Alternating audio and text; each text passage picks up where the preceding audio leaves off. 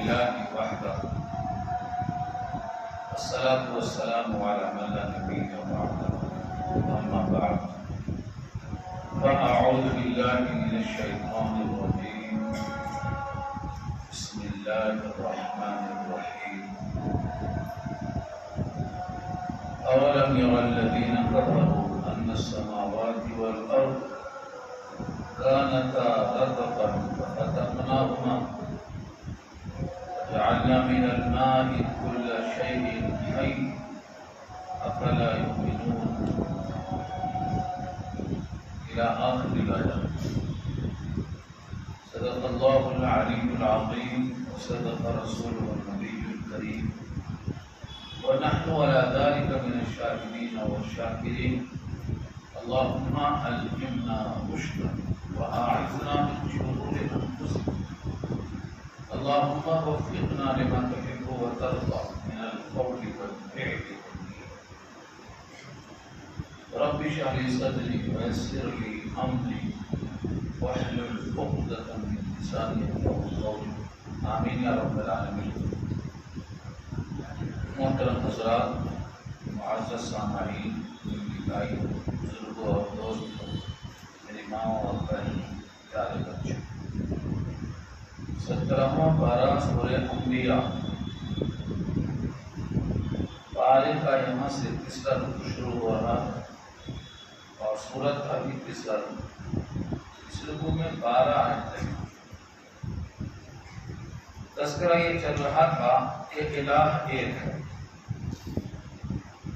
اور جو کہے گا کہ میں بھی الہ ہوں اس کا ٹھکانہ جہنم. یہ مضمون تھا آخری آیت کا. اب یہاں سے اس کے دلائل پیش ہو رہے ہیں. معبود کے ایک ہونے پر کیا دلیل ہے؟ پہلی آیت میں زمین اور آسمان باہم چپکے ہوئے تھے، منہ بند تھے.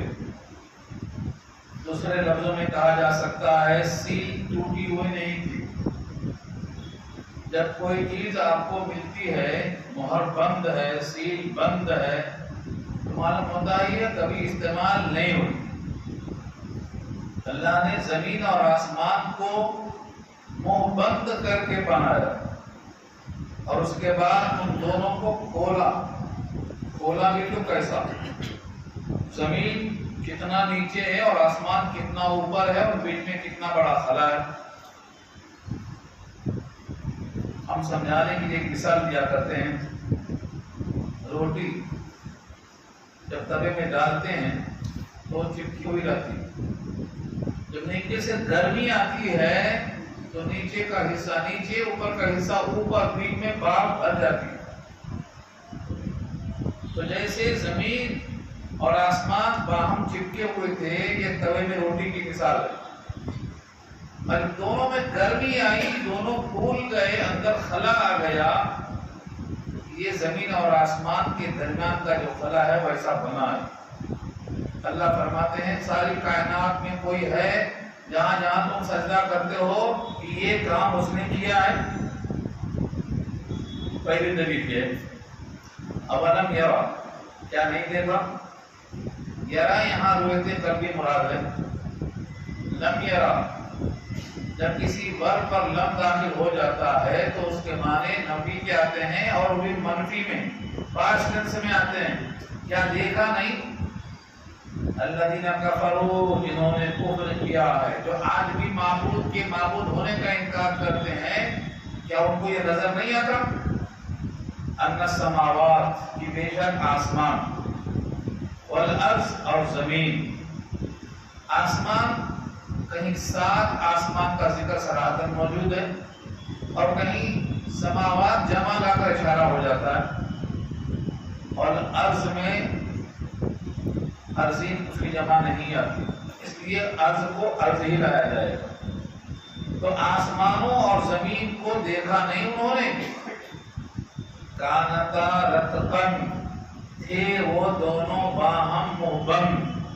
رتقن، رتق کے معنی آتے ہیں منہ بند تھے، یعنی استعمال نہیں ہوا تھا. ان دونوں کو چپکا ہوا بنایا تھا اللہ نے. ففتقناہما، تو ہم نے ان دونوں کو کھول دیا. یعنی بارش آسمان سے ہوئی تو زمین تر پتر ہوئی، اس سے نباتات نکلے. یہ ہے دونوں کے درمیان زندگی عطا کرنا. ففتقناہما، تو ہم نے بارش کے ذریعے سے زندہ کر دیا، ان دونوں کو ہم نے کھول دیا. اب زمین پاؤں تلے اور آسمان سر کے اوپر. زمین اس کے الگ خواص، آسمان کے الگ خواص. آسمان کے خواص بھی اسی میں آئیں گے، اسی رکوع میں آئیں گے، اور زمین کے خواص بھی اسی رکوع میں آئیں گے.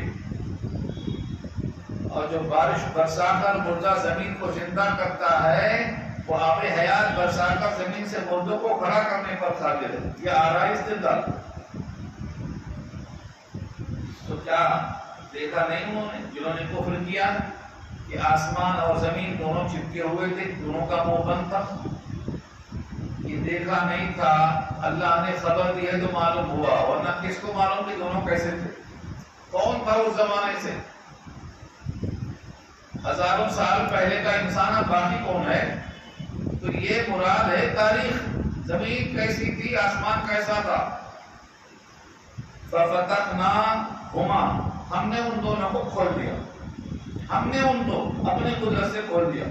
پوری کائنات میں جتنے سجدہ گاہیں ہیں، کسی سجدہ گاہ میں یہ طاقت ہے کہ ان کو چپکا ہوا پیدا کرنا، ان کو کھول دینا اور ان میں تاثیر پیدا کرنا. اور دوسری دلیل کیا ہے؟ وَجَعَلْنَا مِنَ الْمَاءِ كُلَّ شَيْءٍ حَيٍّ، ہم نے بنایا ہے ہر زندہ چیز کو پانی سے. جتنی چیز زندہ ہے، جس میں حیات ہے، جس میں زندگی کے آثار ہیں، ان سب کا وجود پانی ہے. پانی ایک نظر آتا ہے لیکن اس سے ہم نے کتنا پیدا کیا. ہر چیز کی پیدائش پانی سے، چاہے وہ انسان ہو، چاہے وہ حیوان ہو، چاہے چرند اور پرند ہو، درند ہو، سب جتنے جانور ہیں جس میں جان ہے، ذی حیات ہیں، سب کو پانی سے پیدا کیا. جتنے ذی کبد ہیں، جتنے کلیجے والے ہیں، جس میں زندگی ہے، سب کا وجود پانی سے. اتنی بڑی طاقت ہے. اب اس کے خواص الگ الگ، پانی سے کیا کیا پیدا کیا، ہر ایک کا ذائقہ الگ ہے، اس کی تاثیر الگ ہے، یہ الگ بحث ہے. لیکن دنیا کی ہر زندہ شے پانی سے بنانے والا کتنا قادر ہے. اور خاص طور سے سوچنے کی بات یہ ہے، جو سب سے اشرف اور سب سے اکرم اور سب سے زیادہ افضل مخلوق ہے وہ انسان ہے. اور اللہ فرماتے ہیں اس کو تو ہم نے بے قدر پانی سے پیدا کیا. اللہ اتنا خلقناہم مما یعلمون، ہرگز نہیں، یہ خوب جانتے ہیں کہ ہم نے ان کو کس سے پیدا کیا. یہ ہے خبر. تو انسان کو سب سے بڑا ہونے کا احساس ہے اور اسی کی پیدائش حقیر پانی سے، کہیں مما مہین کا، کہیں بے قدر پانی کا. اور اس انسان کے اس پانی کو ناپاک پانی بھی کہا گیا ہے. لیکن بعض کا انکار ہے یہاں، میں وہاں بحث نہیں کروں گا ابھی، لیکن بعض کا انکار ہے یہاں اور کہتے ہیں منی پاک ہے کیونکہ اس سے انبیاء پیدا ہوئے، تو ناپاک کیسا ہو سکتی؟ یہ بحث لمبی ہے، میں یہاں نہیں لاؤں گا اس کو. انسان کو جس پانی سے بنایا ہے اس کو اللہ نے من ماء مہین کہا. مہین مانے بے قدر، بے حیثیت. تو جس کا وجود بے حیثیت ہے وہ اپنے آپ کو کہتا میں حیثیت دار ہوں. وہ بھی کس کے مقابل میں؟ خالق کے مقابل میں، اس کی کتاب کے مقابل میں، اس کے بھیجے ہوئے رسول کے مقابل میں، اس کی قانون شریعت کے مقابل میں. میں بڑا وہ سمجھتا ہے جبکہ اس کا بیس بے قدر پانی ہے. کہ دوسری دلیل ہے افلا یؤمنون، کیا وہ یقین نہیں کرتے؟ یہ سوال ہے. یقین کرتے تو مان لیتے، یقین کرتے تو کافر کیوں ہوتے، یقین کرتے تو انکار کرنے والی میں شمار کیوں ہوتا؟ افلا یؤمنون، کیا وہ لوگ مانتے نہیں؟ یعنی کیا نہیں مانتے؟ پاؤں تلے زمین یا سر کے اوپر آسمان یا ان دونوں کی تخلیق یا پانی سے حیا، کیا نہیں مانتے آخر؟ یہ تو سب مانتے ہیں لیکن مجموعے کو نہیں مانتے کہ معبود ایک ہے. معبود ایک ہے یا نہیں مانتے؟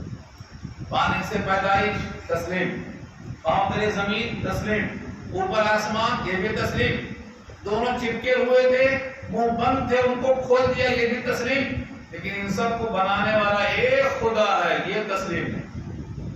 پانی کا الگ ہے، آگ کا الگ ہے، غذاؤں کا الگ ہے. یہ لائے کہاں سے فلسفہ؟ اس کا کیا ثبوت ہے؟ ثبوت نہیں ہے. تیسری دلیل وَجَعَلْنَا فِي الْأَرْضِ رَوَاسِيَ أَن تَمِيدَ بِهِمْ، اور بنایا ہم نے زمین میں، اوپر تھا نا زمین کا وجود تھا صرف، اب زمین میں کیا بنایا اس کا ایک حصہ شروع ہوا ہے. زمین میں ہم نے بنایا، کیا بنایا؟ رواسی. رواسی جمع ہے، اس کا واحد ہے راسیۃ، پہاڑ. رواسیہ بڑے بڑے پہاڑ، بڑے بڑے بوجھ. یہ بڑے بڑے بوجھ زمین پر ہم نے بنایا، مگر کیوں؟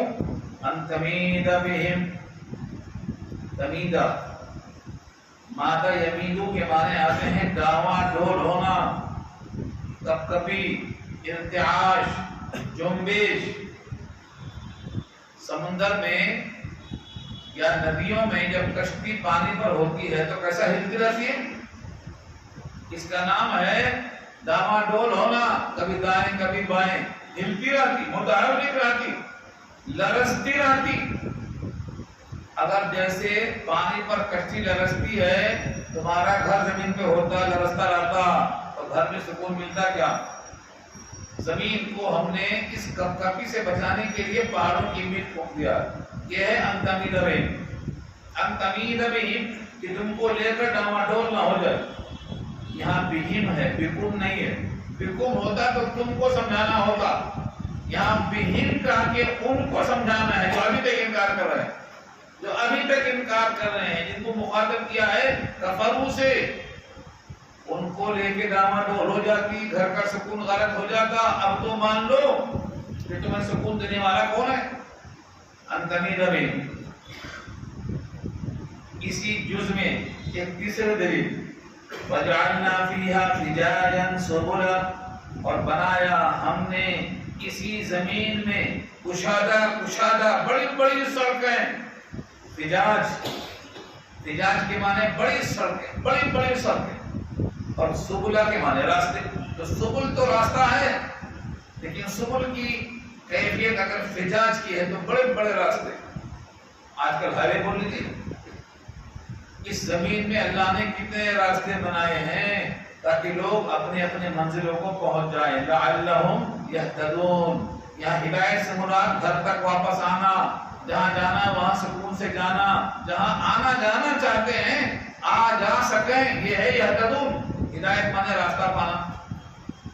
بعض دفعہ راستہ نہیں ملتا تو زمین پہ نشان ہوتا، اس نشان سے پہچان جاتی. غازی پیٹ آتے یہ پہاڑ دکھتا، انم کنڈا آتے یہ بڑا پہاڑ دکھتا، یہ پہاڑ آتے سمجھ جاتے آ گیا. یہ نشان ہے یہاں. علامات کہتے ہیں اس کو، علامات. علامات وبالنجم هم يهتدون. اگر تاریخی ہے، سمندری سفر ہے تو تاروں سے پہچان لیتے ہیں، ریگستان میں ہے تو تاروں سے پہچان لیتے ہیں. یہ اللہ نے انتظام کیا ہے. کیا آپ بھی نہیں مانو گے؟ یہ ان سے خطاب ہے. زمین کے دو احوال ہو گئے، اب پھر اوپر آ جاؤ، آسمان کے کچھ احوال سن لو. وَجَعَلْنَا السَّمَاءَ سَقْفًا مَحْفُوظًا، اور بنایا ہم نے آسمان کو چھت. چھت سقف کا معنی چھت کے آتے ہیں، لیکن سقفاً جو چھت ہوتی ہے وہ عام طور سے کچھ دن میں گر جاتی ہے. چاہے جب گرے کتنے سال لگے مگر گرتی ہے. قرآن کریم میں کئی کھنڈرا کا ذکر ہے. وَهِيَ خَاوِيَةٌ عَلَىٰ عُرُوشِهَا، چھت اپنے دیواروں پر گری پڑی ہوئی ہے. آج تو کر گئی تھی، بڑے بڑے محلات گر گئے. لیکن یہ جو آسمان والا چھت ہے، فرمایا یہ محفوظ ہے. محفوظ اس سے محفوظ ہے، یہ گرنے سے محفوظ ہے، آئرنگ نہیں، گریسنگ نہیں، کوئی مرمت کا کام نہیں، جب سے بنایا گیا آج تک محفوظ ہے اور ہمیشہ یہ محفوظ رہے گا، ہم جب چاہیں گے جب ہی گرے گا۔ اب بھی تو مان لو اللہ کو، یہ ہے منوانا، سمجھانا، دلائل پیش کرنا۔ تو ہم نے آسمان کو بنایا ہے چھت، محفوظ چھت۔ دوسری آیت میں آیا ہے محفوظ چھت کے سوا، بغیر کھمبے کے، بغیر کالم کے، کوئی کالم نظر نہیں آتا، بغیر عمد ترونہا، تم دیکھ رہے ہو کوئی کالم نظر آیا؟ یعنی اتنا بڑا آسمان ہے کہ ساری کائنات کو اپنی آغوش میں لیے ہے، لیکن کوئی کالم نظر نہیں آتا، بغیر کالم کے۔ یہ دوسری دلیل۔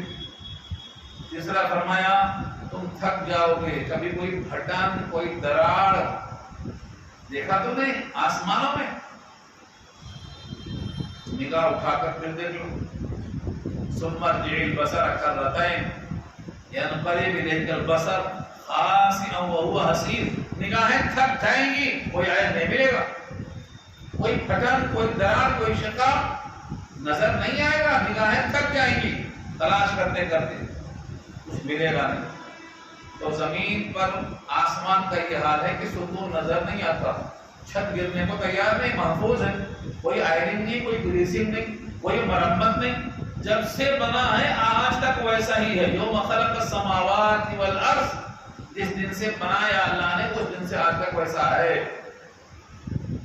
اتنی بڑی نشانی پاؤں تلے ہے اور اتنا بڑا چھت سر کے اوپر ہے، پھر بھی کہتے ہیں کہ معبود کہاں ہے، پھر بھی پوچھتے ہیں وَهُمْ عَنْ آيَاتِهَا مُعْرِضُونَ، اور وہ لوگ اپنے رب کی نشانیوں سے اعراض کر رہے ہیں۔ اعراض کے معنی منہ پھیر لینا، تغافل۔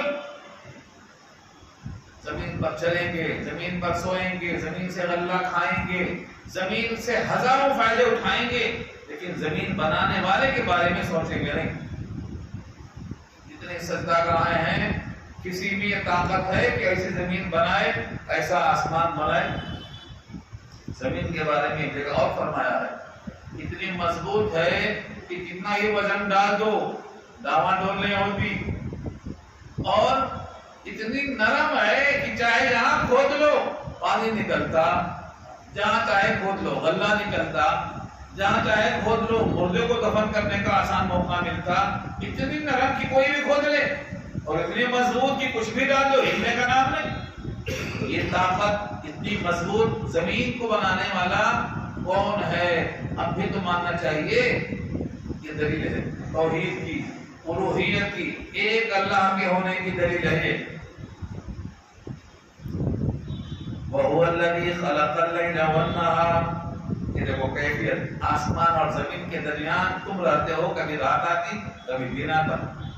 کون ہے جو رات کو لاتا ہے؟ کون ہے جو دن کو لاتا ہے؟ یہ لانے والے کو معبود کہتے ہیں، تمہارا معبود دوسرا کہاں سے آ گیا؟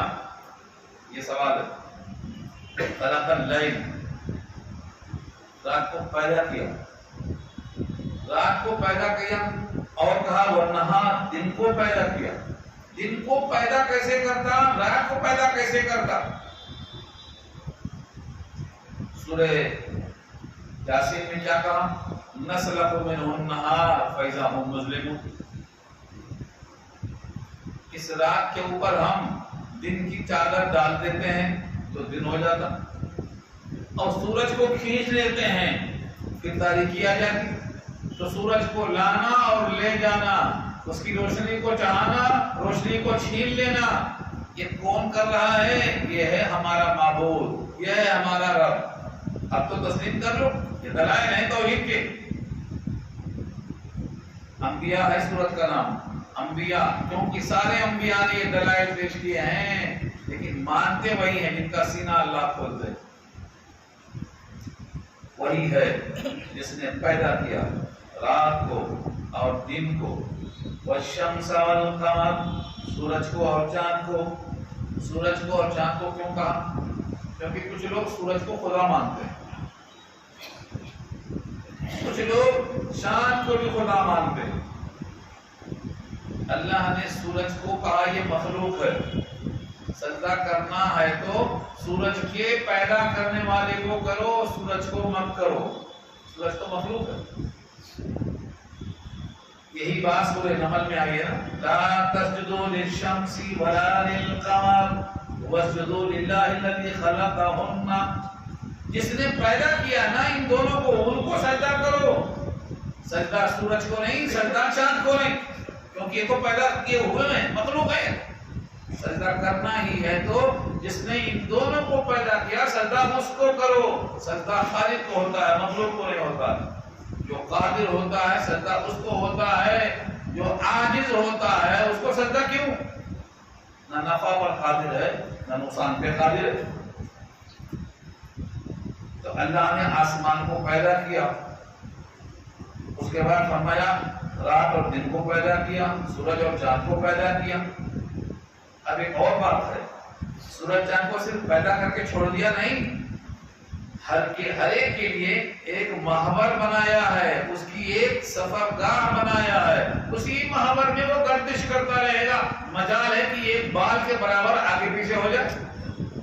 کلن، ہر ایک، فی فلک یسبحون، تیرتے ہیں، اپنے دائرے میں تیرتے ہیں۔ فلک، اس کو فلک کیوں کہتے ہیں؟ اس کی جمع افلاک۔ فلک اور افلاک ہر وہ چیز جس میں گول پھرنے کا سسٹم ہو۔ چرخہ دیکھا ہم نے، چرخہ گاندھی جی کا چرخہ دیکھا ہم نے، اس میں گول پھرنے کا سسٹم ہے۔ تو ہر وہ چیز جس میں گول پھرنے کا سسٹم ہو اس کو فلک کہیں گے، چاہے سائیکل کا دھورا ہو، چاہے گاندھی جی کا چرخہ ہو، چاہے سورج اور چاند کے چلنے کی جگہ ہو، سب اپنی محور میں گردش کر رہے ہیں۔ یہ ہے فلک، گول پھرنا، چلتے رہنا۔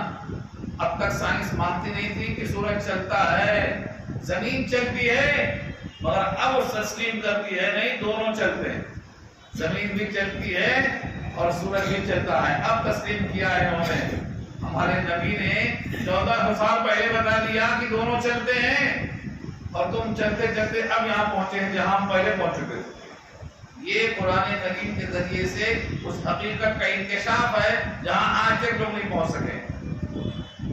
کیا کہا؟ کلن، ہر ایک، یہاں دو ہی تو ہیں، سورج اور چاند۔ پھر ہر ایک کیوں کہا؟ کیونکہ اور بھی سیارے ہیں، ہزاروں سیارے ہیں، 9 تو بڑے بڑے ہیں، شمس و قمر، مریخ و زہرہ، زحل و عطارد، مشتری، یہ بڑے بڑے سیارے ہیں۔ فرمایا یہ سب کے سب اپنے اپنے محور میں گردش کرتے ہیں، مجال نہیں آگے پیچھے ہونے کی۔ یہ مضمون کہاں ہے؟ سورہ یاسین میں ہے، للشمس ينبغي لها ان تدرك القمر ولا الليل سابق النهار۔ رات کی مجال نہیں کہ دن سے آگے آ جائے، دن بھی آ رہا ہے رات بھی آ رہی، نہیں، سبقت نہیں کر سکتے۔ اور یہ بھی کہا سورج چاند کو پکڑ لے یا چاند سورج کو پکڑ لے، نہیں، جتنا فاصلہ مینٹین کرنا ہے اس میں ذرہ برابر کمی نہیں آتی۔ چاند کی روشنی جو ہم کو نظر آتی ہے، کہتے ہیں باریک ہے، پھر 2 دن ہوا تو ذرا موٹا ہے، پھر اور موٹا ہے، پھر 13 تاریخ آئی تو بدر کامل بن گیا، 14 بھی کامل، 15 بھی کامل، پھر اس کے بعد گھٹنا شروع ہوا، گھٹتے گھٹتے غائب ہو گیا۔ اصل میں یہ غائب ہویا کچھ نہیں ہوتا، سورج کی روشنی سے جتنا فاصلہ بتایا اللہ نے اس فاصلے سے نظر آتا ہے ایسا ہی۔ اور جب یہ سورج اور چاند کی محاذات ایک دم یکساں ہو جاتی ہے تو بدر کامل بن جاتا ہے۔ تو دونوں کے نظام کو، تاکہ مہینہ اور ہفتہ اور سال گنتی ہوتی رہے اور خلل واقع نہ ہو، نظام شمسی اور قمری یہیں سے بنا ہے۔ مجال نہیں کہ کبھی یہ آگے پیچھے ہو جائے۔ للشمس ينبغي لها ان تدرك القمر ولا الليل سابق النهار وكل في فلك يسبحون۔ ہر ایک اپنے محور میں گردش کرتا ہے۔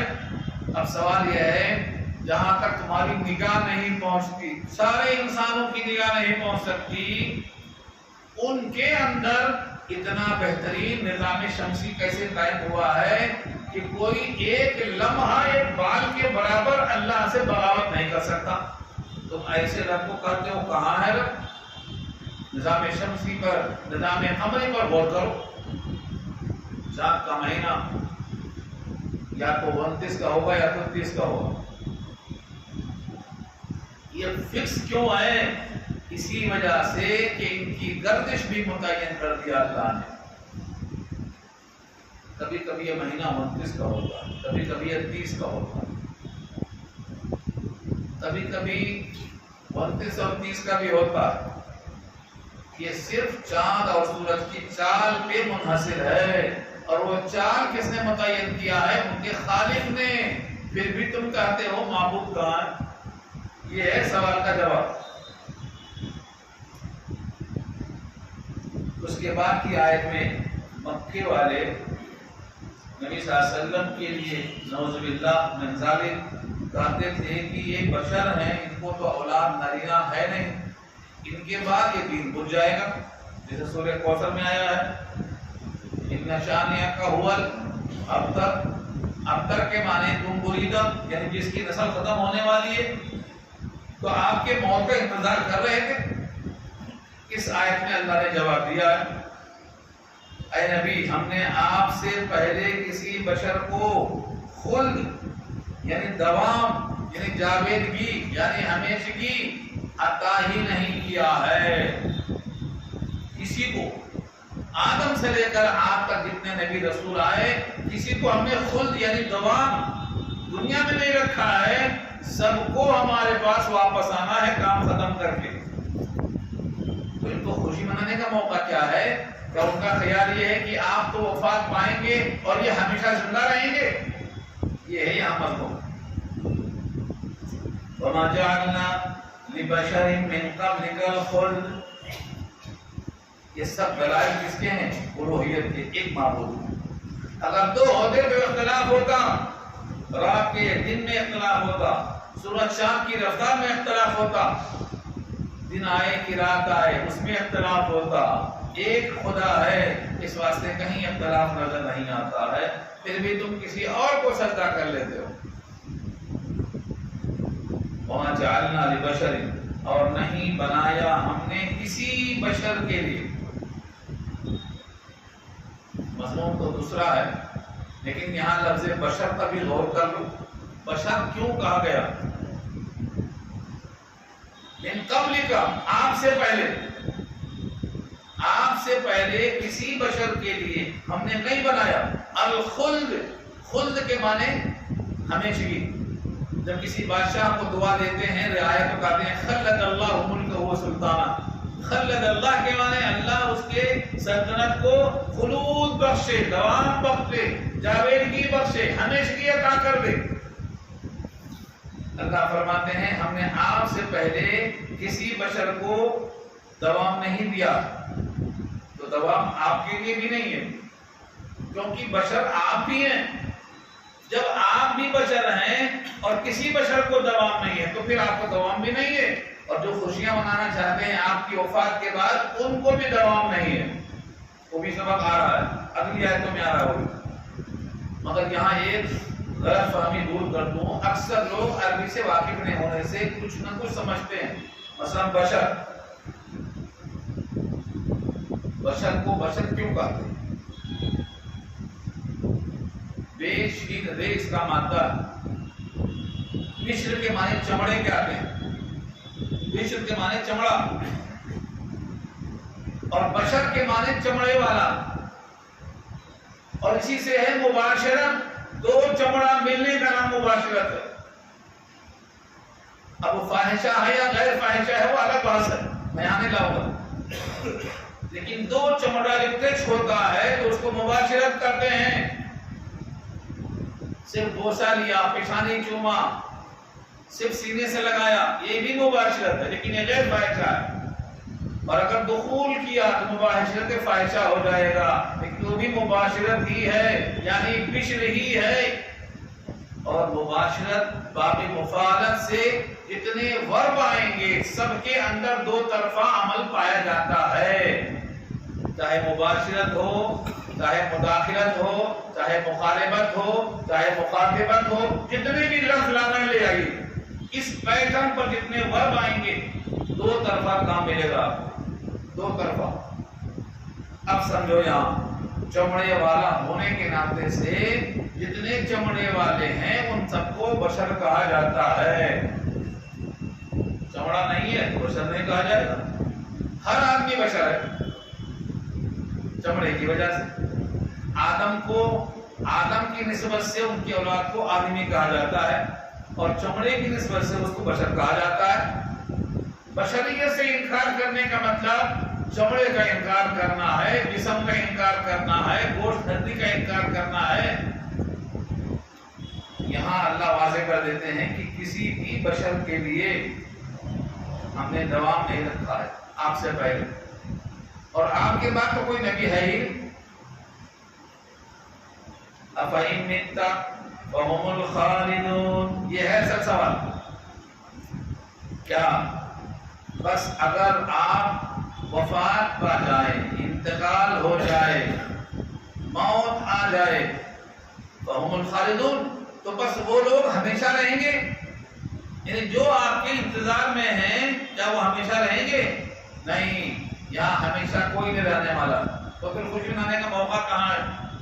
کل من علیہا فان، جتنے زمین پر ہیں سب فانی ہیں، لہذا ان کو بھی دوام نہیں ہے، ان کو بھی میرے ہی پاس آنا، تو خوشی منانے کا موقع نہیں ہے۔ افَإِن مِتَّ، بس اگر آپ انتقال کر جائیں، وفات ہو جائے، وَهُمُ الْخَالِدُونَ، تو کیا ہمیشہ ہمیشہ رہیں گے وہ؟ اگر وہ یہاں ہمیشہ رہتے تو پھر مرنے والے پر خوشی منا سکتے، جب تم بھی جانے والے ہیں اسی راستے سے، تو ایک اگلا ایک پچھلا، اس میں خوشی منانے کا موقع کہاں سے آ گیا؟ آنا جانا جہاں میں جاری ہے، آج وہ کل ہماری باری ہے، کوئی انسان بچ نہیں سکتا۔ آنا جانا جہاں میں جاری، آج وہ کل ہماری باری ہے۔ جب بھی انسان دنیا میں پیدا ہوتا ہے تو اس کی موت اس سے پہلے لکھ دی جاتی ہے، اس کے پیٹ میں، ماں کے پیٹ میں اس کا اجل، اس کا عمل، اس کا رزق، اس کی شقاوت، اس کی سعادت سب لکھی جا چکی ہے۔ تو جس کی موت پیدائش کے پہلے لکھی گئی ہے، اس کو دوسروں کی موت پر خوشی منانے کا موقع کہاں سے آ گیا؟ یہ ہے سبق اصل۔ کسی کی مرنے پر آپ کو خوش ہونے کا موقع نہیں ہے۔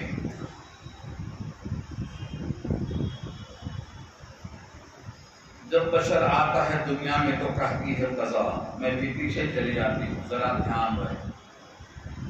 کبھی بھی انسان اکیلے نہیں آتا، پیچھے اس کی موت آتی ہے، متعین طور پر آتی ہے۔ اس لیے آگے اللہ فرماتے ہیں کل نفس ذائقۃ الموت، کل، یہ لفظ کل جو ہے عربی میں ہر فرد کو شامل ہے۔ کون سا فرد؟ نفس، جس میں سانس آ رہی ہو جا رہی ہو اس کو نفس کہتے ہیں۔ نفس کو نفس کیوں کہتے ہیں؟ کیونکہ اس میں تنفس ہوتا ہے، سانس آتی ہو جاتی ہے، تو ہر متنفس کو نفس کہتے ہیں، اور ہر نفس کے لیے یہ حکم اللہ کا ہے ذائقۃ الموت، ذائقہ، موت کا ذائقہ کڑوا ہوتا ہے۔ کس نے بتایا؟ حدیثوں میں آیا۔ اللہ کے نبی سے زیادہ اچھا کون بتا سکتا ہے؟ تو موت کا ذائقہ کڑوا ہے۔ اس پر کتابیں میں آپ کو دے چکا ہوں، پھر بھی نام تو سن لو، پڑھنے کا تو زمانہ ختم ہو گیا، سننی ہے سب، صرف سننی ہے، سنتے خالی، کتابیں نہیں پڑھتے۔ مرنے کے بعد کیا ہوگا؟ مولانا عاشق الہی بلند شہری، بہترین کتاب ہے، مرنے کے بعد کیا ہوگا۔ بہرحال موت کا ذائقہ بہت کڑوا ہے، اس واسطے کہا جب قیامت آئے گی تو قیامت خود کڑوی ہے اور انتہائی سیاہ ہے۔ وَالسَّاعَةُ أَدْهَىٰ وَأَمَرُّ، ادھا کے معنی بہت سیاہ اور امر کے معنی بہت کڑوی، کیونکہ ایک کی موت جب کڑوی ہے تو یہاں تو سب کی موت ہے، تو کتنا کڑوی ہوگی۔ منظر الموت میں لکھا ہے کہ کسی بھی مردے سے پوچھا جائے تو کہے گا موت کا ذائقہ ابھی گیا نہیں ہے۔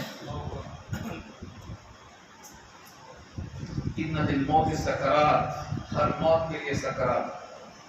سکرات سکر کے معنی نشہ، مدہوشی. جب انسان کی روح نکلنے والی ہوتی ہے تو اس کو جو نشہ آتا ہے، مدہوشی کسے کہتے ہیں؟ لوگ کوشش کرتے ہیں اپنی اپنی، کوئی پہچان کرواتا ہے، کوئی کچھ بولنا چاہتا ہے، کوئی وصیت یاد دلاتا ہے، مگر یہ مدہوش ہے. تم ادھر کھینچتے ہو، وہ ادھر جانا چاہتا ہے. رسول پاک کے آخری وقت میں جب لوگوں نے جھک کیا تھا، کسی نے کہا لکھ دو، کسی نے کہا مت لکھو، بعد میں لکھو، تو یہ آواز ذرا اونچی ہو گئی تھی. تو حضور پاک نے کیا کہا؟ میرے پاس بلند آواز سے بات کرنا مناسب نہیں ہے، نکلو یہاں سے، مجھے اکیلے چھوڑ دو. بخاری کی روایت میں ہے کل رضیہ، بدبختی ہے یہ نبی کے پاس شور و گل کرنا. اور فرمایا تم مجھے جدھر کھینچتے ہو اس کے مقابل میں جدھر جانا چاہتا ہوں، اللہم رفیق الاعلی، یہ بہت اچھا ہے میرے لیے. اور آپ نے اس موقع پر فرمایا ہے ہر موت کے لیے سکرات ہے، ہر موت کے لیے. پانی بڑا پیارا آپ نے منگایا اور دونوں ہاتھ جانے میں ڈال کر اپنے ہاتھ اپنے چہرے پر ملتے رہے اور یہ کہتے رہے ان للموت سکرات، ہر موت کے لیے سکرات. اب سوچ کر دیکھو، جو اللہ کا محبوب ہے، جو سارے نبیوں کا امام ہے، اس کے موقع پر بھی یہ پانی میں ہاتھ ڈوبو کر چہرے پر ہاتھ مارا جا رہا ہے، تو پھر کیا ہوگا عام انسانوں کا؟ اور یہ مضمون صرف حدیث میں نہیں ہے، سورہ قاف پارہ 26 میں آیت میں موجود ہے. وَجَاءَتْ سَكْرَةُ الْمَوْتِ بِالْحَقِّ ذَلِكَ مَا كُنْتَ مِنْهُ تَحِيدُ. یہ وہ سکرات کا عالم ہے جو سچائی کے ساتھ حاضر ہو گیا. تم جس سے بچا کرتے تھے، تم سمجھتے تھے سب کو موت آئے گی، میرے کو نہیں آئے گی. کب آئے گی؟ ہر ایک کو آئے گی. وَجَاءَتْ سَكْرَةُ الْمَوْتِ بِالْحَقِّ ذَلِكَ مَا كُنْتَ مِنْهُ تَحِيدُ. یہ آیت سورہ قاف پارہ 26 میں سکرات الموت کے بارے میں تفصیل موجود ہے. دو فرشتوں کا ساتھ میں حاضر ہونا بھی موجود ہے.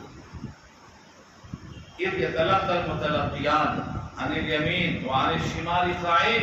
ایک دائیں بیٹھا ہے، ایک بائیں بیٹھا ہے. کون سا انسان کہتا ہے کہ ہم فری ہیں، ہم پر سیاہی نہیں لگی ہے؟ فرشتے موجود ہیں، ہمارے دائیں طرف بیٹھے ہیں، بائیں طرف بیٹھے ہیں. سورہ قاف پڑھ لو، 3 رکوع تو ہے، سمجھ کر پڑھ لو. تو یہ مضمون ہے کسی کے مرنے پر خوش ہونے کا موقع جب ہوتا ہے جب آپ کو کبھی بھی موت نہ آتی. اگر آپ کا بھی عالم یہی ہونے والا ہے اور پتہ نہیں کون پہلے آتا کون پہلے جاتا. تاکہ دنیا میں بشر کو نہیں زیبا غفلت موت کا دھیان بھی لازم ہے کہ ہر عام رہے. جب بشر آتا ہے دنیا میں تو کہتی ہے قضا میں بھی پیچھے چلی آتی ہوں، ذرا دھیان رہے. تو یہاں جب بھی چلنا دھیان سے چلنا، کبھی بھی آ سکتی ہے. کتنے لوگ دھوم مچا کے جاتے ہیں، مٹھائی بانٹنے جاتے ہیں، راستے مر جاتے ہیں، مٹھائی پہنچتی ہے. خوشی منانے جاتے ہیں، خوشی راستے میں ڈھیر ہو جاتی. یعنی کہاں کہاں موت آتی ہے، موت کیسے آتی ہے، اس پر تو مستقل بحث ہے. ایک صاحب بہت دور بیٹھے تھے، دوسرے ملک میں تھے. فرشتہ ان کو گھورنے لگا. وہ سوچ رہا تھا کہ اس کی موت کا وقت آ گیا، دوسرے ملک میں، یہاں بیٹھا یہ کیا کروں میں اس کو. اس نے کہا میرا جی گھبرا رہا ہے، سلیمان مجھے میرے گھر پہنچا دو. ہوا سے پہنچائے گئے وہاں، کیونکہ وہاں پہنچ کر موت آنی تھی، یہاں کیسے آتی. اللہ کی قدرت کا نظام ہے. اللہ کی قدرت کے نظام کے تحت میں انسان کا گزرتا ہے وقت. اپنے آپ کو رب کے ساتھ جوڑ لو، کامیابی عطا ہو جائے گی. یہی سبق ہے یہاں کا. تو کسی انسان کو اللہ نے مستثنا نہیں کیا، کسی انسان. ہر نفس کو موت کا ذائقہ چکھنا ہے.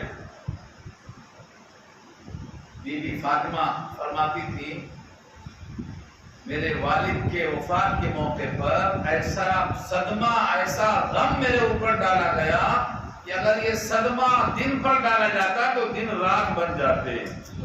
صبت علیہ مصائب، صبت علی مصائب لو انها صبت علی الايام سرن لیالیا، اگر دنوں پر مصیبت ڈالی جاتی تو دن رات ہو جاتے، مگر یہ وقت ہے۔ حضور فرماتے ہیں فاطمہ اب تیرے ابا پر اس کے بعد کبھی سکرات طاری نہیں ہوگی، اب اس کے بعد کبھی یہ غموں کا دور نہیں آئے گا، اب تمام کلفتیں ختم ہو جانے کا وقت آ گیا، اللہ سے ملنے کا وقت آ گیا۔ یہاں اللہ نے یہ خبر دی ہے کل نفس ذائقۃ الموت، ہر انسان کو موت کا ذائقہ چکھنا ہے۔ موت کو موت کیوں کہتے ہیں؟ موت کو اللہ نے پیدا کیا ہے۔ سورہ ملک 12:29 الذی خلق الموت والحیات لیبلوکم، جس نے پیدا کیا ہے موت کو اور حیات کو۔ حیات کیا ہے؟ سانس آتی جاتی رہی تو حیات ہے، سانس اکھڑ گئی تو موت ہے۔ اللہ نے دونوں کو پیدا کیا، موت اور حیات، اور ان دونوں کا مقصد صرف تمہاری آزمائش ہے۔ تم میرے ہو یا کسی اور کے ہو، تم وفادار ہو یا غدار ہو، تمہاری آزمائش۔ لیبلوکم ایکم احسن عملا، بہترین عمل کر کے آنے والا تم میں سے کون ہے، یہ تمہاری آزمائش ہے۔ تو اللہ نے موت کو بھی پیدا کیا ہے، حیات کو بھی پیدا کیا، لیکن میں بتانا کیا چاہ رہا ہوں، ایک دن موت کو بھی موت آئے گی، یہ بتانا چاہ رہا ہوں۔ جو موت ہر ایک کے لیے آتی ہے نا، وہ موت کو بھی موت آئے گی، یعنی موت بھی موت سے مستثنا نہیں ہے، یہ بتانا چاہتا ہوں۔ کب آئے گی؟ یہ حدیث بھی آپ کو وہیں مل جائے گی، مرنے کے بعد کیا ہوگا وہاں مل جائے گی۔ بخاری کی روایت ہے، جنتی جنت میں پہنچ جائیں گے، جہنمی جہنم میں پہنچ جائیں گے، فیصلہ ہو چکے گا۔ اب اللہ موت کو بلائیں گے میڈھے کی شکل میں اور موت کو ذبح کر دیں گے اور کہیں گے اب کسی کو موت نہیں آئے گی، اب کسی کو موت نہیں آئے گی۔ جنت والے بہت خوش ہوں گے کہ جنت میں ہمیشہ رہیں گے، اور جہنمی سب سے زیادہ غمزدہ ہوں گے کہ اب ہمیشہ جہنم میں رہنا پڑے گا، موت کا چانس ہی نہیں کہ موت آئے اور غم کو دور کر دے۔ اب تو لوگ غم کو دور کرنے کے لیے مرنا چاہتے ہیں نا، جب موت نہیں آئے گی تو کیا کریں گے؟ تو یہاں سبق یہ ہے کہ موت کو بھی موت آئے گی، اور باقی کون رہے گا؟ وَيَبْقَى وَجْهُ رَبِّكَ ذُو الْجَلَالِ وَالْإِكْرَامِ، آپ کا رب باقی رہے گا، کوئی باقی نہیں رہے گا۔ حاملان عرش بھی، ان کو بھی موت آئے گی، باقی صرف اللہ کی ذات رہے گی۔ انتل باقی یا باقی، تو ہی باقی رہنے والا ہے، باقی سب فانی۔ ایسی شکل میں کسی کو کسی کی موت پر خوشی کا موقع کہاں ہے؟ اس میں ایک سبق اور ہے، وَنَبْلُوكُمْ بِالشَّرِّ وَالْخَيْرِ فِتْنَةً، اور ہم تم کو جانچتے ہیں، آزمائش میں ڈالتے ہیں، شر کے ذریعے، والخیر، خیر کے ذریعے، فتنتاً، آزمائش کے لیے۔ آزمائش، شر میں بھی آزمائش اور خیر میں بھی آزمائش۔ شر کی آزمائش، جسے ہم کہیں کہ آدمی فاقہ ہے، فاقے میں کیا آزمائش ہے؟ صبر کرتا کہ نہیں۔ خوشحالی بہت دے دیا، اس میں کیا آزمائش ہے؟ شکر کرتا کہ نہیں کرتا۔ تو خوشحالی میں شکر کی آزمائش ہے، اور بدحالی میں صبر کی آزمائش ہے۔ اللہ فرماتے ہیں یہ انسان سمجھتا ہے مجھ کو اللہ نے بہت دے دیا ہے کہ مجھے اللہ بہت چاہتا ہے، دوسرا سمجھتا ہے مجھ کو اللہ نے نہیں دیا تو مجھ کو نہیں چاہتا ہے، نسخہ پوچھ رہا ہے، مالدار ہونے کا نسخہ پوچھ رہا ہے۔ اگر یہ بات دماغ میں بیٹھ گئی تو نسخہ نہیں پوچھیں گے۔ آج سے کیا کہا اللہ نے؟ سورہ فجر 12:30، جب ہم کسی انسان کو نعمتیں دیتے ہیں، نعمتوں کی بارش کر دیتے ہیں، تو یہ کہتا ہے میرے رب نے میرا اکرام کیا، اور جب ہم اس کو رزق میں تنگی دیتے ہیں تو کہتا ہے رب نے مجھے توہین کر دیا۔ فَأَمَّا الْإِنسَانُ إِذَا مَا ابْتَلَاهُ رَبُّهُ فَأَكْرَمَهُ وَنَعَّمَهُ فَيَقُولُ رَبِّي أَكْرَمَنِ، وَأَمَّا إِذَا مَا ابْتَلَاهُ فَقَدَرَ عَلَيْهِ رِزْقَهُ فَيَقُولُ رَبِّي أَهَانَنِ كَلَّا. اللہ فرماتے ہیں کلا، یہ بالکل غلط فیصلہ ہے. پھر کیا ہے صحیح؟ یہ دونوں کا امتحان تھا. ایک کا امتحان رزق کی کشادگی میں تھا، دوسرے کا امتحان رزق کی تنگی میں تھا. ایک کا صبر میں، ایک کا شکر میں امتحان تھا. کلا بل لا تکرمون الیتیم ولا تحاضون علی طعام المسکین وتأکلون التراث اکلا لما. یہ پورا رکوع اسی مضمون کا ہے. امتحان دونوں کا ہوتا ہے. آپ کو تکلیف پہنچتی ہے، آپ کا امتحان. آپ کو خوشی پہنچتی ہے، یہ بھی آپ کا امتحان ہے. دونوں امتحان ہے. خوشی میں کیا کرنا؟ 2 رکعت نماز پڑھ کے سجدے میں گرنا یا ڈانس کرنا، یہ امتحان ہے. آج کل لوگ خوشی میں ڈانس کر رہے ہیں. نبی نے خوشی میں کیا کیا تھا؟ نئے کپڑے پہنو، نہاؤ دھو، سرما لگاؤ، خوشبو لگاؤ، اللہ اکبر کی تکبیر کی آواز گونجتے ہوئے جاؤ، 2 رکعت سجدہ میں گر جاؤ، اللہ سے خوش ہو کر اظہار کرو، اور دو اور دو. یہ ہے ہماری نماز. خوشی کا اظہار. خوشی کیسے کریں؟ نبی سے پوچھ لو، اللہ سے پوچھ لو خوشی کا اظہار کیسے کریں. خوشی میں آنکھیں سے باہر ہو جائیں، سنت کو چھوڑ دیں، خلاف شریعت کام شروع کر دیں، یہ سنت میں خوشی کا اظہار نہیں ہے. تو آزمائش ہے. وَنَبْلُوكُمْ، اور ہم تم کو جانچیں گے، بِالشَّرِّ، شر کے ذریعے، وَالْخَيْرِ، بھلائی کے ذریعے، فِتْنَةً، آزمائش کے طور پر. اس سورہ انبیاء ہے نا، آگے مثالیں آ رہی ہیں. ہر نبی کی آزمائش کا تذکرہ آ رہا ہے، اسی صورت میں آ رہا ہے. زکریا کی آزمائش ہوئی، اولاد نے دیا، مانگا تو پھر دے دیا.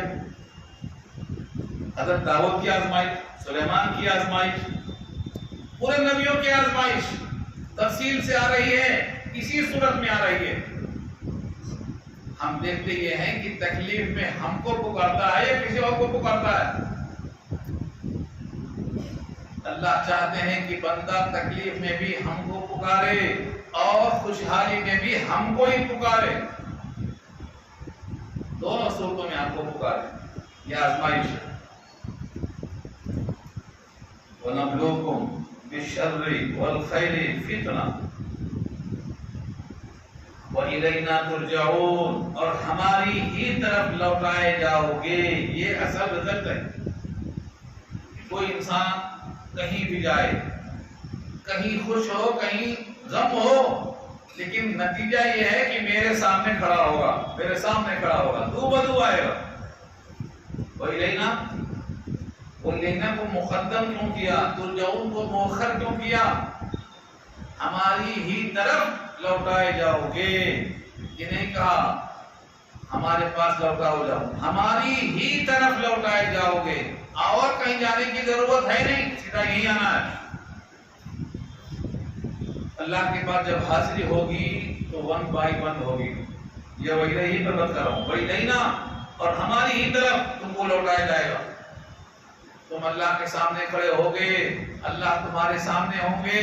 کوئی ترجمان نہیں ہوگا، کوئی حجاب نہیں ہوگا. کلہم آتیہ یوم القیامت فردا. فردا فردا فردا مانے فردن فردن، 1 by 1، ایک کے بعد ایک آئے گا. وَكُلُّهُمْ آتِي وَكُلُّهُمْ آتِي یوم القیامت فردا. تو اللہ کے پاس سب کو لوٹایا جائے گا. یہ کیوں بتایا گیا درمیان میں کہ موت کسی کی ہو اپنی تیاری کرو. سب سے بڑا عقل مند قوم جو اپنے موت کی تیاری کرے، موت کے بعد کی تیاری کرے. سب سے بڑا عقل مند قوم. ہمارے پاس کیا ہے عقل مندوں کی ترازو؟ خوب پیسہ کما لے، کچھ وضع کما لے، بہت بڑا عہدہ اور منصب حاصل کر لے، کئی ملکوں کا مالک ہو جائے. یہ ہے عقل مند. اللہ کے نبی کیا فرماتے ہیں؟ القیس من دان نفسہ وعمل لما بعد الموت. اپنے ذات کو پہچان لے اور عمل کرے مرنے کے بعد کے لیے. ذات یہ ہے کہ ماضی میں قطرہ تھا منی کا، اور حال یہ ہے کہ پیٹ میں جسم میں پورا خون بھرا ہے، گندگی بھری ہے. اور مستقبل یہ ہے کہ قبر میں جانے والا ہے، اللہ کے پاس پیشی ہونے والی ہے، حساب ہونے والا ہے، یہ اپنے کو جاننا ہے۔ وَعَمِلَ لِمَا بَعْدَ الْمَوْتِ، موت کے بعد حساب ہوگا، حساب صحیح کر لے، حساب صحیح کر لے، یہ عقل مند ہے۔ اور عقل مند کے علاوہ جتنے بھی ہیں سب کیا ہوتے ہیں، آپ سوچ سکتے ہیں نا اس کو کیا ہوتے ہیں؟ عقل مند انسان وہی تو یہاں خبر دی گئی ہے اللہ کے پاس جانے کی تیاری کرو۔ اب کچھ لوگ جب نبی کو دیکھتے تھے تو آپ کا مذاق اڑاتے تھے، بلکہ ہر نبی کا مذاق اڑاتے تھے۔ آگے آ رہا ہے، حضرت نوح کا مذاق اڑایا، کہا نوح کشتی بنا رہے ہو، بارش تو ہے نہیں، یہ پانی کہاں ہے، کشتی کہاں چلاؤ گے؟ جب تک کشتی بن کے پانی میں نہیں گئی تب تک مذاق اڑاتے رہے نا۔ لیکن اب وہی پانی، وہی کشتی جس کا مذاق اڑاتے تھے، اب یہ ان کے حق میں مذاق بن گیا۔ میاں مان لیے ہوتے تو کشتی میں بیٹھ جاتے نا، کیوں ڈوبتے؟ تو جن کا مذاق اڑایا گیا، قوم عاد ہو، چاہے قوم سمود ہو، چاہے قوم نوح ہو، جس کا مذاق اڑایا، جس شے کا مذاق اڑایا، وہی ذریعہ عذاب بنا دیا اللہ نے۔ اللہ کی قدرت۔ وَإِذَا رَآكَ، اور جب دیکھا انہوں نے آپ کو، یعنی کافر لوگ جب آپ کو دیکھتے، وَإِذَا رَآكَ الَّذِينَ كَفَرُوا، جنہوں نے کفر کیا انہوں نے آپ کو جب دیکھا، إِن يَتَّخِذُونَكَ إِلَّا هُزُوًا، نہیں بناتے ہیں وہ آپ کو مگر ہزوا، یعنی ذریعہ مذاق۔ ہزوا کے معنی ذریعہ مذاق بناتے ہیں، جس چیز کا مذاق اڑایا جائے اس کو ہزوا کہتے ہیں، ٹٹھا، دل لگی۔ جیسے آج کسی کی داڑھی ہے، کسی کی ٹوپی ہے، کسی کا کرتا لمبا ہے، کسی کا پاجامہ چھوٹا ہے، تو تخنے کے اوپر ہے حضور کے حکم سے، مگر لوگ مذاق اڑاتے، کیا دیوانہ ہے، یہ تو پینٹ کا زمانہ ہے، بیل باٹم کا زمانہ ہے، اچھے اچھے سوٹ بوٹ لمبے نیچے تک ہوتے ہیں، یہ تخنے کے اوپر چل رہا پہن کے، مذاق اڑاتے نہیں اڑاتے؟ مذاق اڑاتے۔ سنت کا مذاق، لباس شرعی کا مذاق، شریعت پر چلنے والوں کا مذاق، آج کھلا مذاق ہو رہا ہے، بلکہ ان کو بے وقوف سمجھا جا رہا ہے۔ ان پر لوگ ہنس رہے ہیں، ان کے اوپر ہنسے جانے سے جب تک ہم ڈریں گے، زمانہ ہم پہ ہنستا ہی رہے گا۔ ایک وقت ضرور آئے گا کہ ان پر ہنسا جائے گا، اور ان کا وہ زمانہ کبھی ختم نہیں ہوگا۔ یہ میں نے کہا، قرآن کھول لو، ساری کتابوں میں سے ایک کتاب نہیں ہے، یہ تمام کتابیں صرف کتاب ہیں اور مخلوق کی لکھی ہوئی ہیں۔ یہ کتاب کلام اللہ ہے، اور اللہ کا کلام ہے، جس نے ساری کائنات کو پیدا کیا، اس کا کلام ہے۔ اس میں لکھا ہوا ہے، ربما یود الذین کفروا لو کانوا مسلمین، ایک زمانہ آئے گا کافر کہے گا کاش ہم بھی مسلمان ہوتے، ہم بھی داڑھی والے، ٹوپی والے، نماز والے ہوتے، کاش ہم بھی کلمے والے ہوتے۔ یہ کافر اعتراف کرے گا اس دن کا۔ 14واں پارہ کی پہلی آیت ہے۔ آج سنت کا جو مذاق اڑاتے ہیں، سورہ تطفیف پارہ 30 کی آخری آیت میں دیکھو کیا ہے، لوگ ہنستے ہیں، آج ان پر ہم ہنسیں۔ تو اس آیت میں بڑا پیغام ہے، یہ بہت بڑا پیغام ہے۔ نبیوں کا مذاق اڑاتے تھے، نبیوں کا مذاق، ابراہیم کا مذاق آئے گا، اگلا رکوع جب آئے گا ابراہیم کا تب بتاؤں گا۔ ابراہیم کا مذاق، ہمارے رسول محمد مصطفیٰ صلی اللہ علیہ وسلم کا طائف میں لوگوں نے مذاق اڑایا تھا، اور آج بھی کفار مذاق اڑا رہے ہیں، مگر یہ ان کی بدبختی ہے جس کا اظہار بہت جلدی ہونے والا ہے۔ بدبختی کا اظہار جلدی ہونے والا ہے۔ مکے والے طائف میں، طائف والے مکے میں ستائے جب حضور کو، تو پہاڑ والا فرشتہ آیا، ہوا والا فرشتہ آیا، آگ والا فرشتہ آیا، ترس کھا کر آیا، آپ حکم دے کر ان کو پیس دوں، مگر نبی رحمت ہیں، رحمت کہتے مجھے ان سے نہیں، ان کی اولاد سے امید ہے ایمان لائے، میں ان کے حق میں بدعا کیوں کروں؟ آج جو لوگ نبیوں کی شان میں گستاخیاں کرتے ہیں نا، یہی لفظ یاد رکھ لو، حضوا ذریعہ مذاق۔ جو لوگ نبیوں کے اعمال پر، اخلاق پر، کردار پر، ایمانیات پر جو مذاق کی باتیں کرتے ہیں، یہی جملہ ہے۔ جب آپ کو کافر لوگ دیکھتے ہیں، یعنی آپ کی تاریخ پڑھتے ہیں یا آپ کے وجود کو دیکھتے ہیں، تو آپ کا مذاق اڑاتے ہیں۔ اور مذاق میں کیا کہتے ہیں؟ اَحَاذَ الَّذِي يَذْكُرُ آلِهَتَكُمْ، کیا یہی شخص ہے وہ جو تذکرہ کرتا ہے تمہارے خداؤں کا؟ تذکرہ مطلب خداؤں کی مذمت کرتا ہے، بتوں کی مذمت کرتا ہے، بتوں کو مخلوق کہتا ہے، بے بس کہتا ہے، نہ یہ سنتے ہیں نہ سمجھتے ہیں کہتا ہے، اس طرح بتوں کی شان میں گستاخی کرتا ہے۔ کیا یہ ہے شخص؟ یہ مکے والے کہتے تھے۔ یہی بات ابراہیم کے بارے میں کہا تھا، نمرود کے لوگوں نے کہا تھا، یہی بات آگے رکوع میں آ رہی ہے۔ اَحَاذَ الَّذِي يَذْكُرُ آلِهَتَكُمْ، کیا یہی شخص ہے وہ جو چرچا کرتا ہے تمہارے خداؤں کا مذمت کرتے ہوئے، اور خود کیا کرتا؟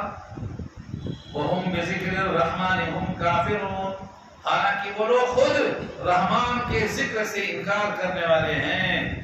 جس رحمان کی تخلیق زمین میں بیٹھے ہوئے ہیں، کھانا کھا رہے ہیں، جس نے مٹی کو گیہوں بنایا، اس کے انکار پر خود بیٹھے ہوئے ہیں، انکار کرتے ہوئے، اور دوسروں کو کہتے ہیں کہ نبی انکار کرتا ہے بتوں کا۔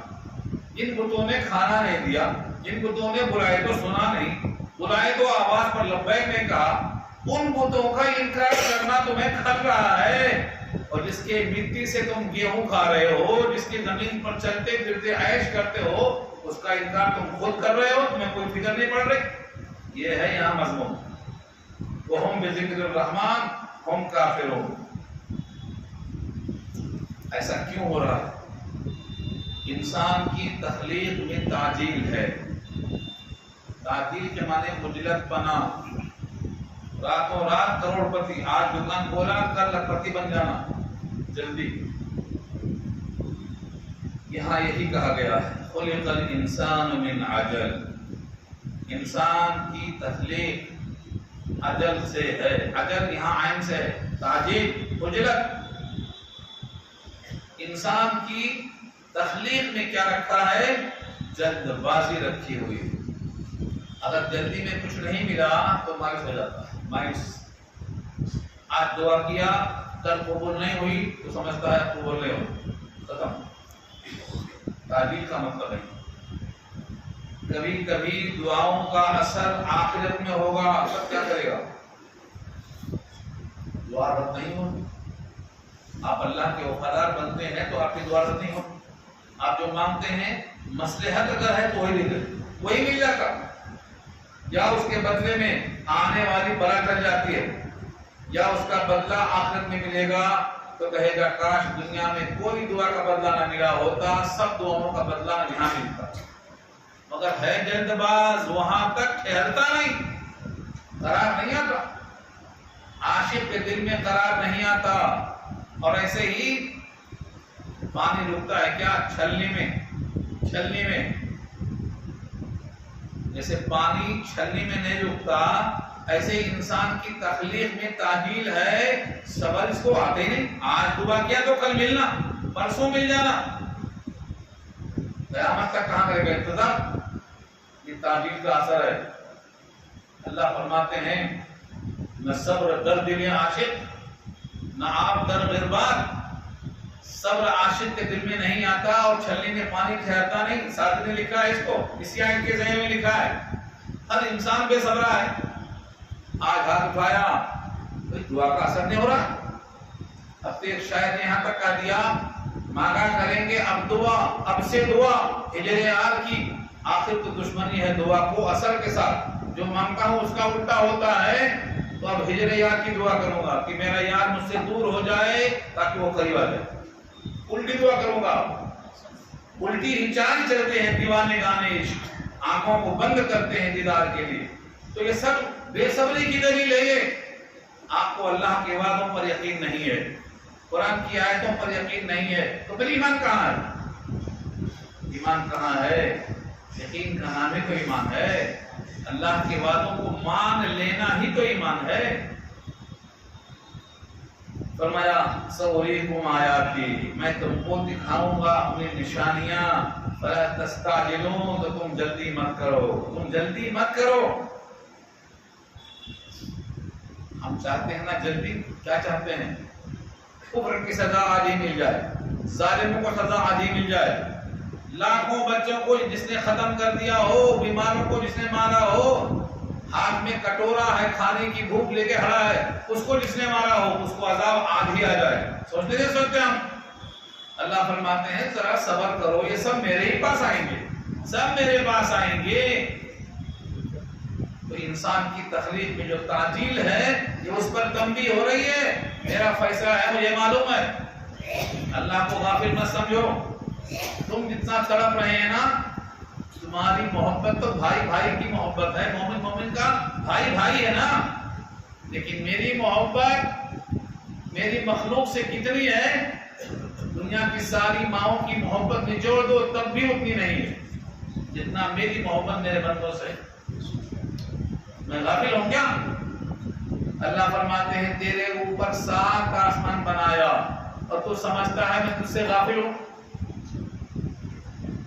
بلا تحسبن اللہ غافلا عما یعمل الظالمون، اللہ کو غافل مت سمجھو۔ اور فرمایا تمہارے سروں پر ہم نے 7 طبق آسمان بنائے اور ہم تم سے ہرگز غافل نہیں ہیں۔ تو آپ دعا کرو ضرور، لیکن صبر رکھو، بے قراری مت رکھو، صبر رکھو۔ جب بے قراری بڑھ جاتی ہے تو اللہ فیصلہ کرتے ہیں۔ غزوہ بدر میں ہمارے نبی کی بے قراری بڑھ گئی کہ 313 ہیں، کمزور پڑ گئے تو کیا ہوگا؟ اللہ نے کہا 313 سے نہیں ہوتا، ہمارے حکم سے ہوتا، الا باذن اللہ والنصر الا من عند اللہ۔ اللہ سے جب ہوتا ہے تو 313 کو کیا دیکھ رہے ہیں آپ؟ مدد تو اللہ کی ہے، 313 نہیں، 5000 نہیں، 10,000 نہیں، والنصر الا من عند اللہ والنصر الا من عند اللہ العزیز الحکیم۔ تو مدد تو اللہ کے پاس سے آئے گی، بے صبری مت کرو، اللہ سے امید رکھو، اللہ فیصلہ ضرور کرے گا۔ اب لوگ کہتے ہیں کب فیصلہ کرے گا، کب وعدہ پورا کرے گا؟ اگلی آیت دیکھو، وَيَقُولُونَ مَتَىٰ هَٰذَا الْوَعْدُ إِن كُنتُمْ صَادِقِينَ، اور کہتے ہیں کب وعدہ پورا ہوگا یہ، اگر تم سچے ہو، کب قیامت آئے گی، کب جہنم آئے گی، کب جنت آئے گی، کب فیصلہ ہوگا، تم سچے ہو تو دکھاؤ یہ سب۔ جب اس وقت پر فیصلہ ہونے کا زمانہ آئے گا تو کافر اپنے چہرے سے آگ کے عذاب کو بچانا چاہے گا، بچا نہ سکے گا۔ کیا اگلی آئے؟ قرآن کریم کی ترتیب کیسی ترتیب ہے، لگتا ہے جو انسان کے تصورات ہوتے ہیں اسی ترتیب سے جواب دیا اللہ نے۔ آپ غور کیجیے، کب وعدہ پورا ہوگا انسان پوچھ رہا ہے۔ اللہ فرماتے ہیں لو یعلم الذین کفروا، کاش کے کافر جان لیتا۔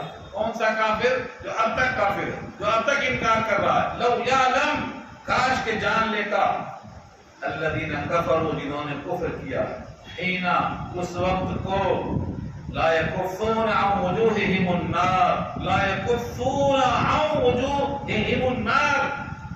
یہ کفونا کیا ہے؟ کف، ہتھیلی کو بولتی ہے، جو ہتھیلی ہے نا یہ کف ہے۔ جب کوئی مارتا ہے نا تو ہاتھ اٹھا کے دونوں روکتا ہے انسان، اس کا نام کف اسی لیے۔ کف مانے روکنا، کفو ایدیکم، اپنے ہاتھ کو روک کے رکھو۔ یہ مکے میں حکم تھا 13 سال، کھاتے جاؤ مار، ہاتھ نہیں کھولنا، کفو۔ وہی ہاتھ کھولنے کا حکم آ گیا مدینہ آنے کے بعد، اذن للذین یقاتلون بانہم ظلموا، اب ہاتھ کھول سکتے ہو۔ یہ وہی کف ہے، یہ وہی کف ہے۔ اور فرمایا کہ جب انسان پر مصیبت آتی ہے تو روکتا ہے ہتھیلی سے، جس کو کف کہتے ہیں، کف، کفین، دونوں کو جوڑ دیا جائے تو کفین کہلاتا ہے۔ کسی کو بھر کر چلو بھر کے دیا جائے تو من الکفین کہتا ہے، دونوں بھر کے، دونوں چلو بھر کے ڈالو۔ کیا جملہ دیکھیے، لا یکفون، نہیں روک سکیں گے، نہیں دفاع کر سکیں گے، نہیں ڈیفنس کر سکیں گے. او وجوہہم النار، اپنے چہروں سے آگ کو، اپنے چہروں سے آگ کو ہتھیلیوں سے نہیں روک سکیں گے. کاش کی یہ بات کافر جان لیتا.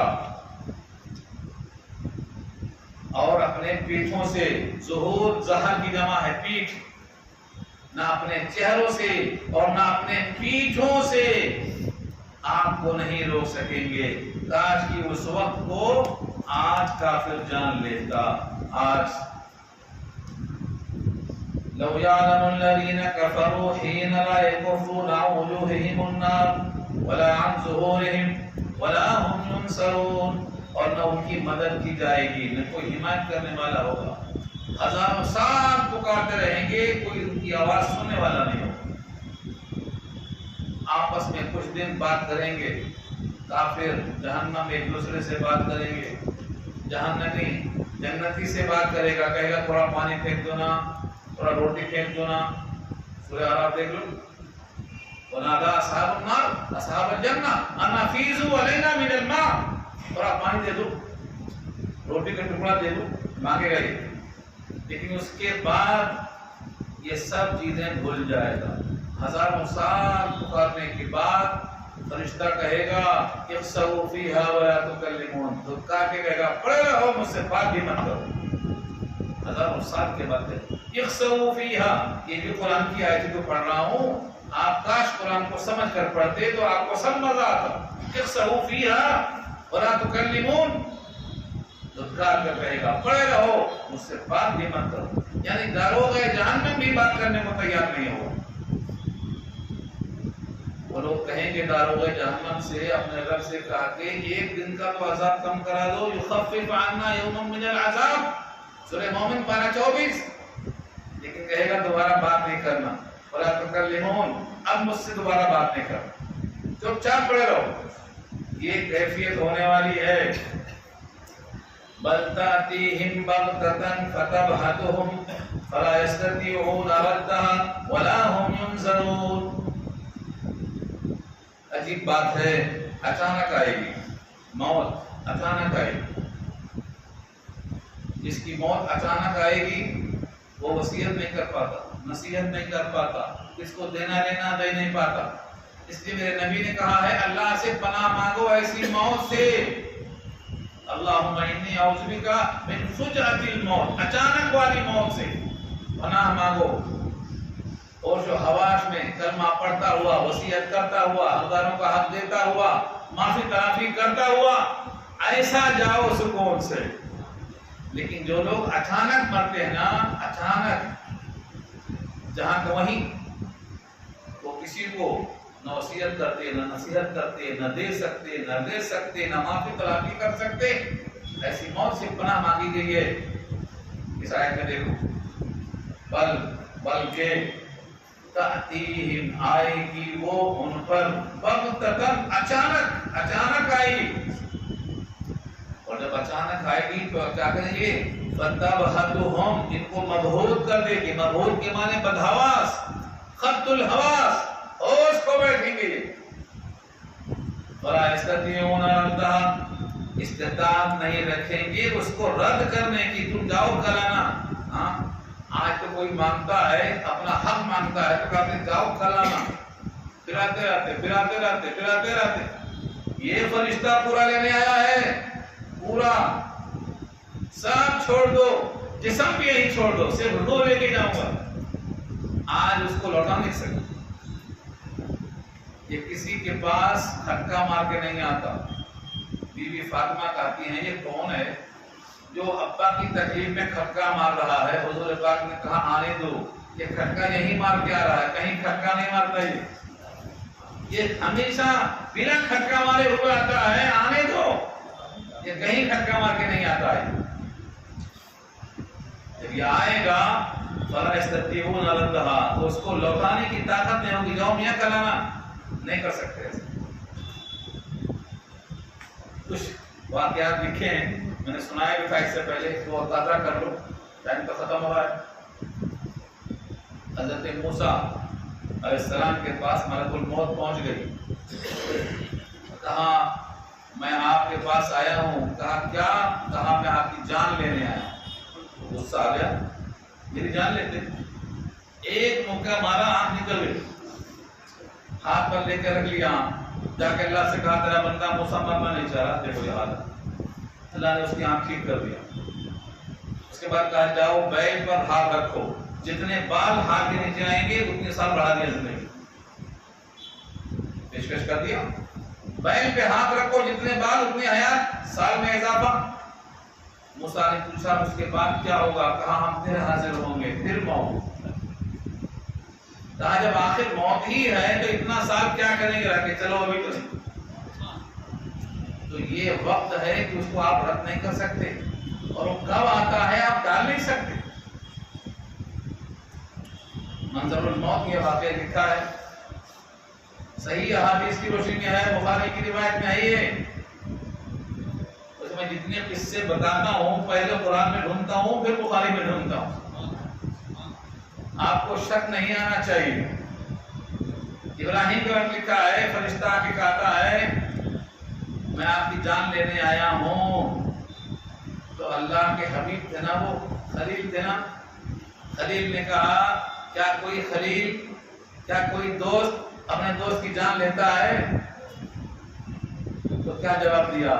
کیا کوئی خلیل اپنے دوست سے ملنے سے انکار کرتا ہے؟ کیسی دوستی اور کیسی خلت ہے، وہ ملنا چاہتا ہے اور تم کہتے ہو میں ملنا نہیں چاہتا ہوں. یہ ہے دیکھو. تو آپ موت کو برا مت سمجھو، موت سے ڈرنے کی ضرورت ان کو ہے جو باغی ہیں.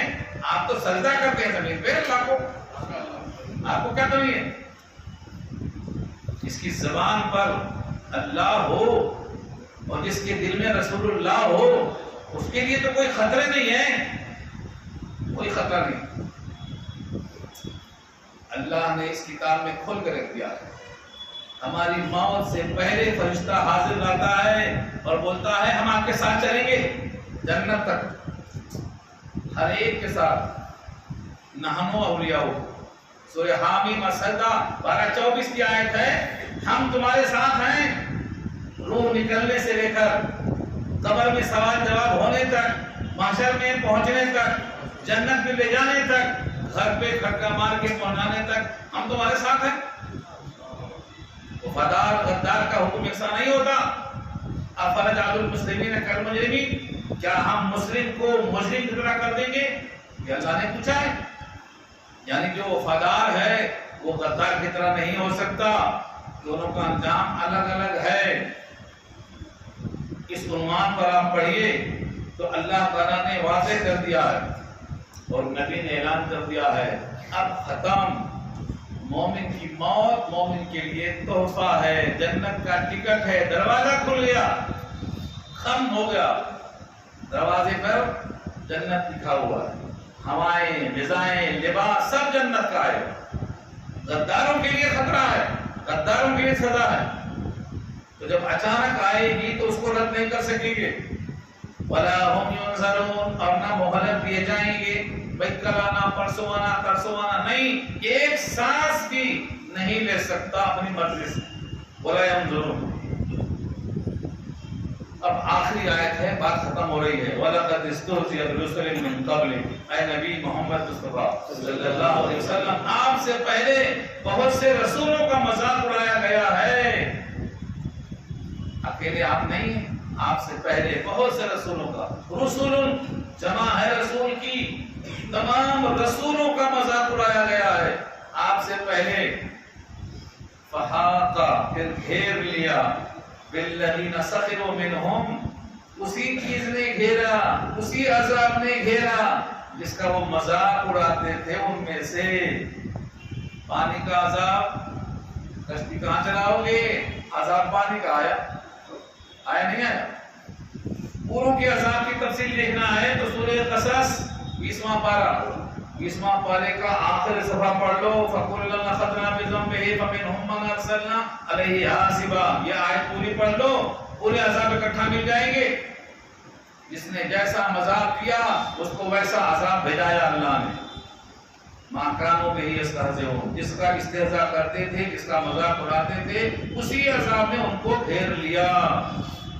بات ختم ہو گئی، وقت پورا ہو گیا۔